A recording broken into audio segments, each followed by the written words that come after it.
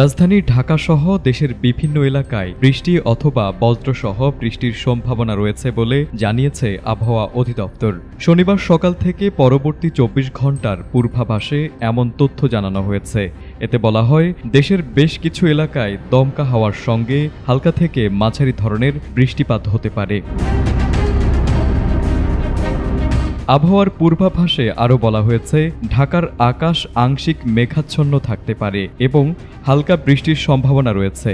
সেই সাথে দিনের তাপমাত্রা কিছুটা বাড়তে পারে। পশ্চিম বা দক্ষিণ পশ্চিম দিক থেকে ঘন্টায় 10 থেকে 15 কিলোমিটার বেগে বাতাস বইতে পারে বলে পূর্বাভাসে উল্লেখ করা হয়েছে। শনিবার সকাল 6টায় ঢাকার তাপমাত্রা ছিল 28.1 ডিগ্রি সেলসিয়াস এবং বাতাসের আর্দ্রতার পরিমাণ ছিল 91%। তার আগের দিন সর্বোচ্চ তাপমাত্রা রেকর্ড করা হয়েছিল 32 ডিগ্রি সেলসিয়াস।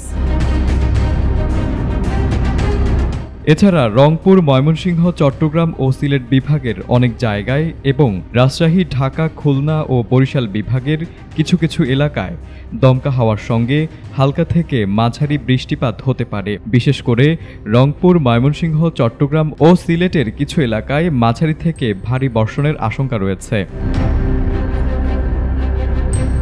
সার্বিকভাবে সারা দেশের দিনের তাপমাত্রা সামান্য বাড়তে পারে, তবে রাতের তাপমাত্রা প্রায় একই রকম থাকবে বলে পূর্বাভাসে জানানো হয়েছে। এতে করে দিনের সময় গরম অনুভূত হতে পারে, যদিও রাতের আবহাওয়া থাকবে তুলনামূলকভাবে স্থিতিশীল।